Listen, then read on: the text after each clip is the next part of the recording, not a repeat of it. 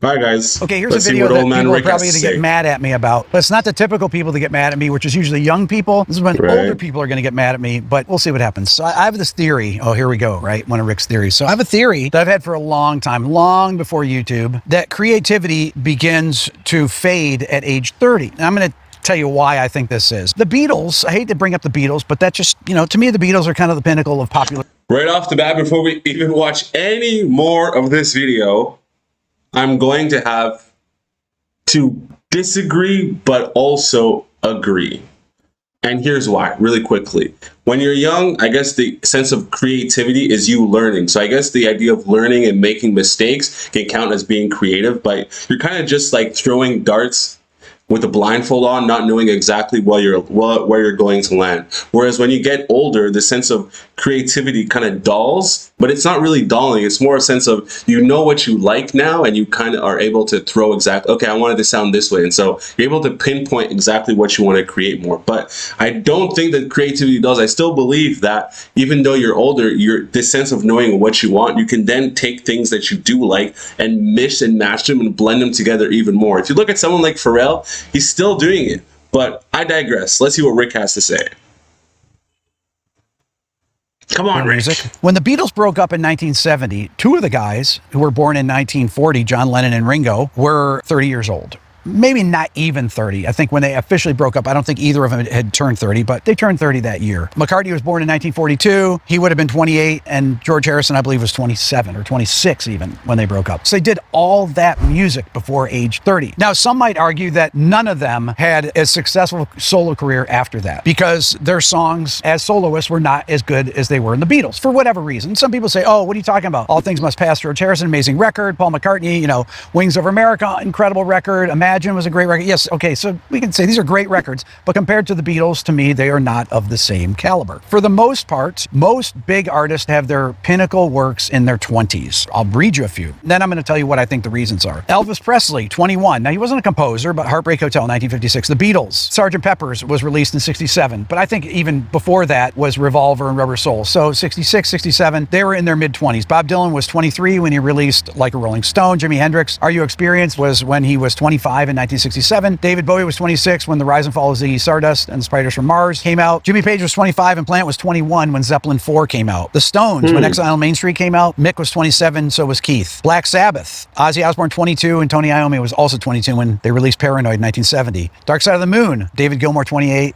Roger Waters 30. The Who, Townsend was 24 and so was Daltrey when Tommy came out. Queen, Night at the Opera, Freddie was 29, Brian May was 28. Springsteen was 25, Born to Run. Michael Jackson, 24 when Thriller was released. Prince was 26 when Purple Rain was released. Whitney Houston was 22 when her debut record was released. Kurt Cobain was 24 when Nevermind came out. Beyonce was 22 when Dangerously in Love came out. Adele was 22 when 21 came out. This goes across all genres of music. I don't know, man. You're crazy. I think you're just pinpointing specific people, dude. You're crazy. Rick is crazy right now, dude. Rick is crazy. Whether I'm a young or an old person, it doesn't matter, dude. Rick is babbling right now, dog. You're going off the rails, Ricky. Rick, come on, man. Let's talk about Kanye for a second, okay? Let's talk about Ye. Let's talk about Yeezus, which is an amazing album. Let's talk about My Beautiful Dark Twisted Fantasy, which is an amazing project, okay? Come on, man. Let's see. And My Beautiful Dark Twisted Fantasy is Kanye West's magnus opus. Okay, let's do this. How was Kanye West? My Beautiful Dark Twisted Fantasy was. Okay, excuse me, this is the order here. Come on. Give me answers so I can share real quick. Kanye West was 33 years old. Magnus opus at 33, okay? Here we go. Sorry, I didn't want to dox myself. Let's go. Music.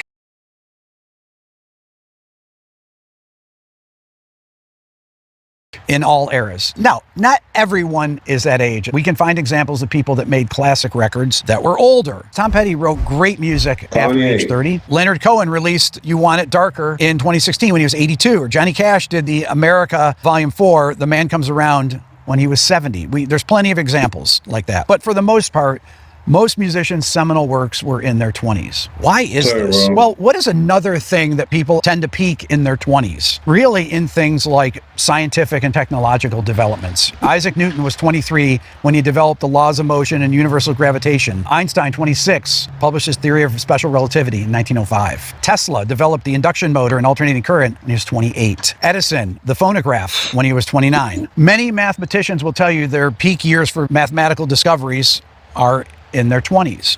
Well, let me give you one of the theories on why I think this is the case, that creativity begins to fade at age 30. There are two types of intelligence: fluid intelligence and crystallized intelligence. Here's the definition. Fluid intelligence is the ability to reason and solve new problems independently of previously acquired knowledge. Its characteristics: abstract thinking, problem solving, and pattern recognition. It's considered innate and not heavily dependent on education or experience, which I was wondering, I was like, where's this music coming from? Dude, it might be transported somewhere. This is that crazy. would be a reason that people could write these songs, right? Just even without any background in music instruction, let's say. It peaks in early adulthood and tends to decline with age. And crystallized intelligence is defined as the accumulation of knowledge, facts, and skills acquired throughout life. What I do here is, I would say, a combination of both, but mainly crystallized intelligence. These are things that I've developed over a lifetime of experience. Characteristics: relies on accessing information from long-term memory, is influenced by educational and cultural experiences, and can continue to grow and improve with age as more knowledge and experience are acquired.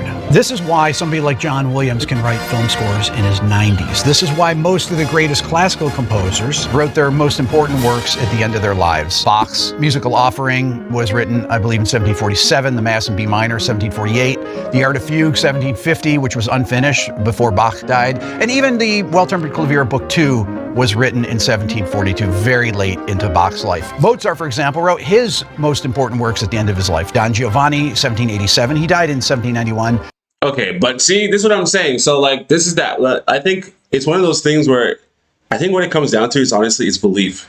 I think if you feed into this idea that Rick is talking about accepting that your creativity is gone, then on one hand, yeah, your creativity will leave. But like any kind of muscle in the human body, what isn't used, you lose it. Use it or lose it, they say, right? So if you're not thinking of ways to stay creative, you're not keeping up with what the youth are doing, you're not staying informed, you don't have mood boards, or you don't have somebody doing research kind of giving you knowledge of what is hip and trendy, then I guess, yeah, you will lose that sort of fluidity. But whatever you practice, I don't think will ever just fall to the wayside. I think what he's saying is it's true. This sort of crystallized and fluid creativity and intelligence, it matters. It's like I was saying at the very start of this video, you kind of have this duality that is playing on both sides.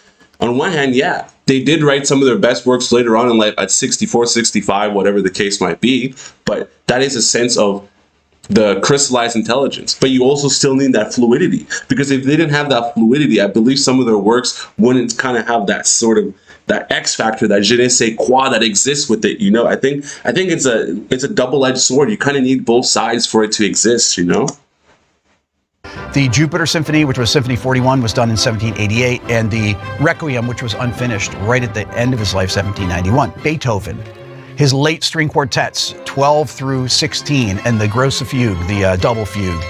Incredibly important works, all written at the end of his life in the 1820s. He died in 1827. And then, of course, the Ninth Symphony, which was finished in 1824. So all of their most adventuresome, important works used their crystallized intelligence from a lifetime of work. Beethoven, in fact, writing when he was completely deaf at the end of his life. Jazz music is kind of different in this, because it involves both fluid intelligence, the ability to improvise and be spontaneously creative, and crystallized. Why does Rick never talk about rap? Intelligence. These are things that are learned, like, for example, what I call the vocabulary of recognized sounds. If you don't have perfect pitch, but you hear the sound like this, when I hear that, I know that that's a dominant 13 flat 9 chord because I recognize the sound of it. If I hear this chord right here, I know that's a major 7 sharp 5 chord, and my crystallized intelligence tells me that I'm going to play the Lydian augmented scale over that when I hear it. I don't have perfect pitch, so I don't know the exact tones there, but if I find the root here, this B flat, and I hear that chord there, I know that the scale is 1, 2, 3, sharp 4, sharp 5, 6, major 7, back to 1. That's using knowledge that I've acquired over a lifetime. Years, yeah. But what I do have are a very particular set of skills. skills I've acquired over a very long career. If you're into jazz music and you look at your favorite records or what you think are the pinnacle albums for your favorite artists, a lot of times they're creating these things a little bit older. Miles was 33 when Kind of Blue was released in 1959. John Coltrane was 34 when Giant Steps was released in 1960. So there you see it. This was kind of a pinnacle of his playing abilities as an improviser and as a composer. The reason for this, I believe, is because jazz music pulls from both fluid intelligence and crystallized knowledge. When it comes to improvising, you'll find, if you're really honest about it, most of your favorite artists' greatest solos were before they were 30 years old. They improvised them when their brain had the fastest processing speed, when they're really utilizing that prefrontal cortex.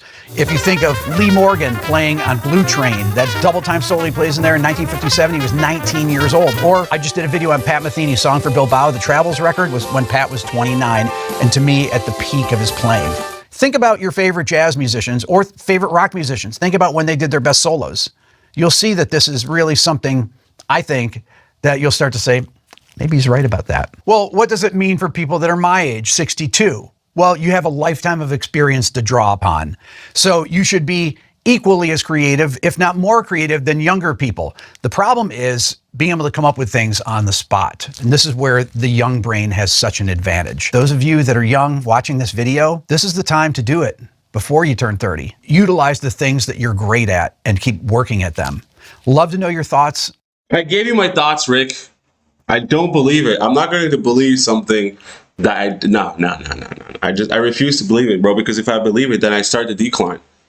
You know? Who is it? Bob Dylan that said it the best? Once you start living, you start dying? Isn't that the cue Bob Dylan song, Alexa?